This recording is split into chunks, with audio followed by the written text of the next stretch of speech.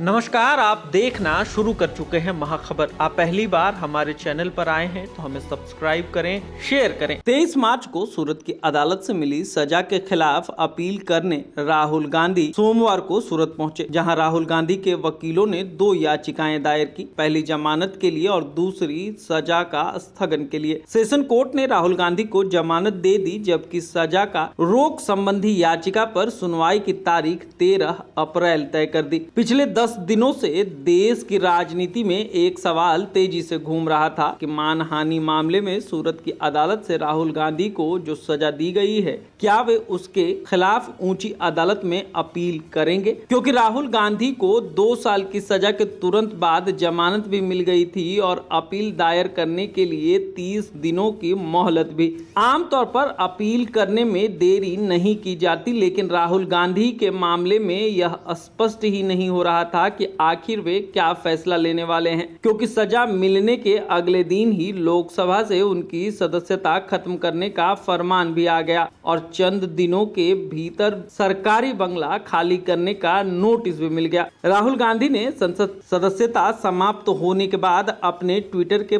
परिचय में अयोग्य सांसद लिख दिया और बंगला निर्देशानुसार खाली कर भी दिया जाएगा। यह जवाब भी अधिकारियों को दे दिया। राहुल गांधी की ये प्रतिक्रियाएं पहली नजर में यही दिखला रही थी कि वे नियमों कानूनों का सम्मान करते हुए सारी प्रक्रियाओं का पालन कर रहे हैं, लेकिन इसके साथ यह भी दिख रहा था कि वे सारी कानूनी सख्ती के बावजूद माफी मांगने या पीछे हटने को तैयार नहीं है। इसलिए इस सवाल से धुंध छट ही नहीं रहा था कि राहुल गांधी अदालती मामले में क्या कदम उठाएंगे। क्या वे जेल जाने के लिए तैयार रहेंगे या फिर अपील कर फैसले का इंतजार करेंगे? उनका राजनीतिक भविष्य, कांग्रेस की भावी रणनीति और आने वाले तमाम चुनाव के लिए योजनाएं सब इस मामले से जुड़ चुके हैं। इस बीच लक्षद्वीप से सांसद पीपी मोहम्मद फैजल की संसद सदस्यता फिर से बहाल हो गई है। श्री फैजल को 11 जनवरी को हत्या के प्रयास में दोषी करार देते हुए स्थानीय अदालत से 10 साल की सजा सुनाई गई थी। तब उनकी सदस्यता भी रद्द हो गई थी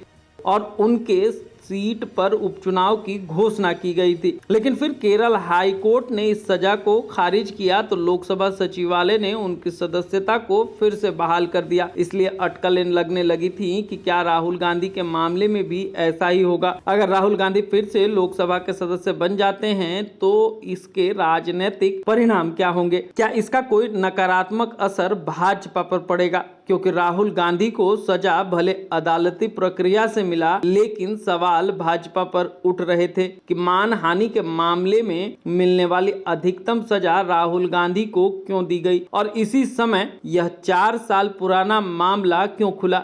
क्या इसका कोई संबंध संसद में दिए गए राहुल गांधी के उस भाषण से है जिसमें उन्होंने अदानी समूह और प्रधानमंत्री नरेंद्र मोदी की नजदीकियों पर सवाल उठाए थे?